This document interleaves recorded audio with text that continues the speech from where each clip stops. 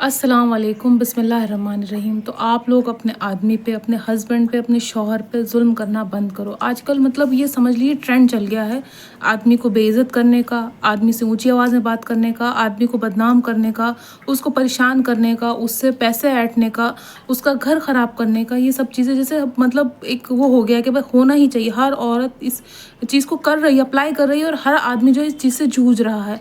तो ये बहुत गलत बात है ना। अगर थोड़ी बहुत लड़ाई झगड़े हो जाए मियाँ बीवी में, हस्बैंड वाइफ में झगड़े हो रहे हैं या लड़ाई हो रही है, कुछ भी हो रहा है, तो हर बात एक तो अपने मायके वालों तक मत ले जाओ। जितना हो सके खुद सॉल्व करने की कोशिश करो, है ना। हर बात हम मायके वालों को बताएंगे, वो लोग भी परेशान होंगे।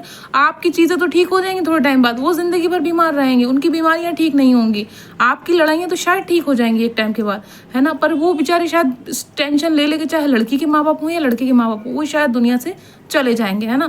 फिर बचेगा क्या, आप दो अकेले लोग रह जाएंगे, फिर क्या होगा इसके बाद। तो फिर पछताएं, इससे अच्छा है कि अभी चीज़ें ठीक कर लें, है ना। आदमियों पर जुल्म करना बंद करें। औरतें जितनी भी जुल्म कर रही हैं, गलत फ़ायदा उठा रही हैं। जैसे बहुत सारे आदमी की शिकायत होती है कि हम काम पे जाते हैं, हमारी बीवी का कहीं चक्कर चल जाता है, वो किसी से फ़ोन पे बात करने लग जाती है। तो ये चीज़ भी बहुत ज़्यादा गलत है, हमें ऐसा नहीं करना चाहिए। हमें अपने रिश्तों को मतलब मजबूत बनाना चाहिए। हम अपने बच्चों को क्या एडवाइस देंगे, क्या सलाह देंगे, उनकी क्या ज़िंदगी होगी कि मम्मी गलत रास्ते पे है, ये पापा काम पे जाते थे तो मम्मी कहीं और फिट हो जाती थी, मम्मी किसी और से बात करने लगती थी, जो कि एक हराम। इस्लाम मतलब इस चीज़ की इजाज़त नहीं देता औरत को। जाने कितने कोड़े मारे जाते थे, है ना। अगर ये होता था नबी के टाइम में, कितने कोड़े मारे जाते थे औरत को, मैं गिना भी नहीं सकती, है ना। हम इतने हराम की तरफ बढ़ गए कि हमें कुछ पता ही नहीं है। और मतलब जुल्म इतना ज़्यादा बढ़ गया है आदमियों के लिए, इतनी ज़्यादा तकलीफ़ें पैदा कर दी हैं, इतना टॉर्चर करना, धमकियाँ देना कि छोड़ देंगे, छोड़ के चले जाएंगे, तलाक दे देंगे। हम जब एक औरत तलाक लफ्ज़ ज़बान पे लाती है तो इतना बड़ा गुनाह है ना, मतलब बहुत बड़ा गुनाह है, अजीम है। अगर जो औरत बार बार ये आदमी को धमकी देती है कि मैं तुझे छोड़ दूंगी, तुम्हें छोड़ दूंगी, तुम्हें छोड़ दूंगी, सबसे बड़ा गुनाह है। तो हमें ऐसा नहीं करना चाहिए। देखो, हमें आदमियों पे जुल्म करना बंद कर देना चाहिए, उसका नाजायज़ फ़ायदा ना उठाएं। ख़ासकर जो आदमी सीधे हैं, जो आदमी प्यार में हैं, जो आदमी खर्चा करते हैं, उन पे सबसे ज़्यादा जुल्म हो रहा है। ऐसा क्यों हो रहा है? ऐसा नहीं कहूँगी कि आदमी सीधे हैं, शरीफ हैं, कुछ आदमी शरीफ हैं, कुछ आदमी ख़राब भी हैं। जो आदमी जुल्म करते हैं वो उनका भी पता है कि कौन आदमी जुल्म कर रहे हैं। जहाँ चाहिए शरीफ औरतें मिल जाती हैं, वहाँ आदमी डंडा चलाते हैं। पर ये बहुत ज़्यादा गलत है, ऐसा नहीं करना चाहिए। किसी को भी डंडा नहीं चलाना चाहिए, किसी को भी कोई ऐसी चीज़ नहीं करना चाहिए जो रिश्ते बिल्कुल ख़राब हो जाए और हाथ में ना रहें, है ना। अपने फ़ायदे के लिए अपने शौहर का इस्तेमाल ना करो। अपने शौहर के साथ हमेशा हमेशा नरमी से पेश आना चाहिए। कितना सवाब का काम है, एक नेकी का काम है ये।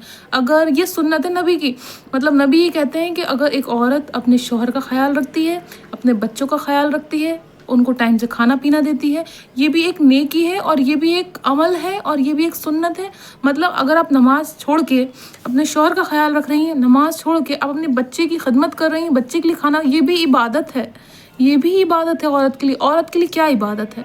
अगर आपकी नमाज कज़ा हो जाती है, आपकी नमाज कज़ा हो गई, ठीक है, नमाज कज़ा हो गई, आपने कहा मैं अपने बच्चे का काम कर रही थी, मैं बच्चे को होमवर्क करा रही थी, बच्चे के लिए खाना बना रही थी, या बच्चे के लिए कोई भी ऐसा काम कर रही थी, वो एक नेकी है, वो एक इबादत है जो हम कर रहे हैं। हम नमाज छूट रही है पर हम नेक काम कर रहे हैं, उसमें भी हमें सवाब मिलेगा, वो भी हमारे सवाब का सबब है। तो हमें ये ध्यान रखना है कि अगर हमें कोई इंसान अच्छा मिल गया है, कोई हमारा शौहर है, हमारा आदमी है ना, तो उसका हमें नाजायज़ फ़ायदा नहीं उठाना, उस पर जुल्म नहीं करना, उसको टॉर्चर नहीं करना। देखिए, हम क्या करते हैं, एक औरत चाहे ना तो घर का माहौल अच्छा कर सकती है, मतलब माफ़ी मांग लो। कभी कभी ऐसा होता है, मैं ये नहीं कह रही हूँ हमेशा औरत की गलती होती है, कभी कभी हमारी गलती नहीं होती। देखो, आदमी बाहर जाता है, कमाता है, उसको इतना स्ट्रेस होता है, वहाँ क्या पता किस किस तरह के लोगों से वो जूझ के आ रहा है, किस किस तरह से लोगों से वो डील करके आ रहा है, किसी किसी लोगों से वो बात करके आ रहा है, कितनी उसको टेंशन है, प्रेशर है, तो वो बेचारा नहीं बता पाता है। तो क्या होता है, उसकी बातों में गुस्सा आ जाता है कभी कभी, है ना। तो हमें उस चीज़ को बर्दाश्त करना है, हमें तकलीफ़ पूछनी है उनको गुस्सा क्यों आ रहा है, कि हम पूछेंगे आपको गुस्सा क्यों आ रहा है, क्या वजह है गुस्से की, तो हम पूछें, बात करें। आदमी आ रहा है घर पे तो हम लड़ाई झगड़े और सामने वाला इंसान गुस्से में है तो हम डबल गुस्से में हो जाते हैं। जबकि एक औरत होने के नाते मैं ये कहूँगी कि जब आदमी को गुस्सा आए या आदमी किसी बात से खफा हो जाए या आदमी किसी बात से नाराज़ हो जाए, हमें शांत रहना है, हमें चुप रहना है, हमें उल्टा उसका ख्याल रखना है। वो गुस्सा कर रहे, पानी गिलास ला के दे दो उनको, देखो गुस्सा गायब हो जाएगा।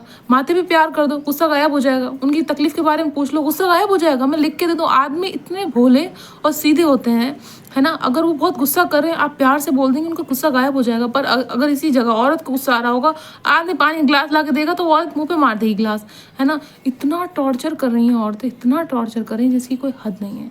इतना टॉर्चर नहीं करना चाहिए। कोई गलत फ़ायदा मत उठाओ, ना पैसे के लिए, ना घर के लिए, ना किसी भी ऐसी चीज़ के लिए कि आपकी ख्वाहिश पूरी नहीं हो रही तो आप धमकी दे रही हो, आप उसको डरा रही हो, आप उसको कंपैरिजन कर रही हो। कभी भी अपने शौहर का कंपैरिजन, अपने हस्बैंड का कंपैरिजन किसी भी अमीर इंसान से मत करो, किसी भी अमीर औरत से मत करो कि देखो उसकी औरत तो इतनी। सब अपनी किस्मत और मेहनत और नसीब से होता है। हर आदमी ये चाहता है कि वो अपनी बच्ची को, अपने बच्चे को, अपनी बीवी को अच्छी ज़िंदगी दे। कौन नहीं चाहता? क्या हमारे वालिद, हमारे पापा नहीं चाहते थे कि वो हमें अच्छी ज़िंदगी दे? हर शौहर, हर आदमी, हर हस्बैंड ये चाहता है कि वो अपनी बीवी को अच्छी ज़िंदगी दे। कोई भी ऐसा नहीं है कि वो नहीं चाहता कि भाई नहीं अच्छी ज़िंदगी नहीं मिले। पर हमें थोड़ा सब्र करना है, ये इम्तिहान है। हमारे नबियों ने, हमारे पैगंबर ने इतनी तकलीफ़ें, उस टाइम की औरतों ने इतनी तकलीफ़, इतनी मशक्क़त, इतनी परेशानियाँ उठाई, है ना। तो उन्होंने इतना सब्र किया। हम उनकी उम्मत से हैं, हम उनके फॉलोअर्स हैं, हम उनके मानने वाले, तो हम नहीं कर सकते क्या सब्र?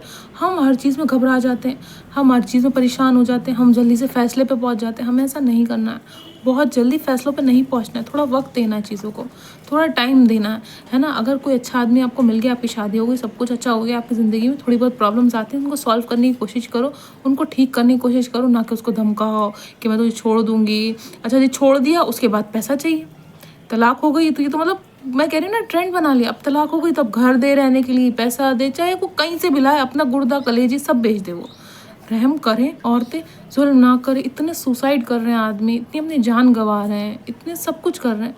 क्यों कर रहे हैं बेचारे, है ना। मारे डाल रही, खुद मार दे रही, वो बेचारे खुद नहीं मर रहे हैं तो खुद मारे डाल रही। अरे ये सब चीज़ें गलत हैं आजकल के हिसाब से। ख़ासकर जो मुस्लिम औरतें हैं, उनको ये समझना ज़रूरी है कि अपने शौहर पर जुल्म करना बंद करें, है ना। और सभी औरतों को, सिर्फ मुस्लिम औरत की बात नहीं करें, इंसानियत को ख़त्म ना करें। इंसानियत है किसी की जान लेना, तो मतलब जानवर भी सोचेगा ना 10 बार किसी की जान लेना। तो हम तो जानवर से बदतर काम कर रहे हैं, और हमें क्या हक है हम किसी की जान लें? थोड़ा सा कहीं चक्कर चल गया, कहीं अफेयर चल गया तो हमने जान ले ली अपने शौहर की। रास्ते से हटाओ इसको, दूसरा आएगा। अब वो उसके अलावा वो ख़राब निकल गया, वो पसंद नहीं आया, उसकी चीज़ें ठीक नहीं लगी आपको, उसके बाद क्या उसको भी ख़त्म कर देंगे? तो ये क्या चलता जाएगा? क्या साइकिल है क्या? ये चलती रहेगी, चेन है क्या कोई? ये ऐसा मत करो, ऐसा मत करो, जुल्म मत करो अपने शौहर पे, अपने हस्बैंड पे बिल्कुल जुल्म ना करो। उसको समझने की कोशिश करो, उसको धमकियाँ ना दो कि मैं छोड़ दूँगी, बच्चों को लेके चली जाऊँगी, ख़ुद को ख़त्म कर लूँगी। औरतें आजकल 3 4 5 धमकियाँ दे रही हैं, मैं आपको बता दूँ। सबसे पहले बच्चे को लेके चली जाऊँगी, अपने आप को ख़त्म कर लूँगी, तुझे छोड़ दूँगी, ये सब चीज़ें हो रही हैं। क्या है इसका कोई सलूशन है क्या? ये बिना सर पैर वाली बातें हैं। समझदार औरत होगी, घर करेगी, अच्छे से करेगी, जब तक कि ऐसा नहीं लगेगा जेन्युइनली कि हाँ सच में तकलीफ़ में है। जब तकलीफ़ में हो तब अपने घर वालों को बताओ, बैठो, बात करो, सल्यूशन निकालो। पर किसी को धमकाना, डराना, परेशान करना, आदमी ना काम पे फोकस नहीं लगा पाता जब औरत से उसका झगड़ा होता है। मैंने खुद देखा अपनी आंखों से, आदमी काम में नहीं बैठ पाता है। इतना स्ट्रेस में गंजे हो रहे हैं आदमी, टकले हो रहे हैं। औरतों के तो बाल वहीं के वहीं, आदमी बेचारे टकले हो रहे हैं स्ट्रेस के मारे। उनको नई नई बीमारियां हो रही हैं, हार्ट अटैक हो रहे हैं। क्यों? स्ट्रेस है, औरत का स्ट्रेस है, बच्चों का स्ट्रेस है, घर का स्ट्रेस है। वो इतनी टेंशन नहीं ले रहा है और औरत ऊपर से और टेंशन देते तो वो डबल हो जाता है। देखा ना, आदमी के बाल सफ़ेद हुए जा रहे हैं, वो बेचारे गंजे हो रहे हैं, उनकी जेबें खाली हो रही हैं, जेबें फटे जा रही हैं, कोई फ़र्क ही नहीं पड़ रहा है, इतने बीमार हो रहे हैं। रहम करो औरतों, ख़ासकर अपने हस्बैंड पे, अपने भाइयों पे, अपने बाप पे, अपने बेटों पे। अपने घर का माहौल अच्छा रखो, औरतें ही अच्छा माहौल रख सकती हैं। मैं ये लिख के दे दूँ, औरत की वजह से सब कुछ बदल सकता है अगर औरत चाहे तो।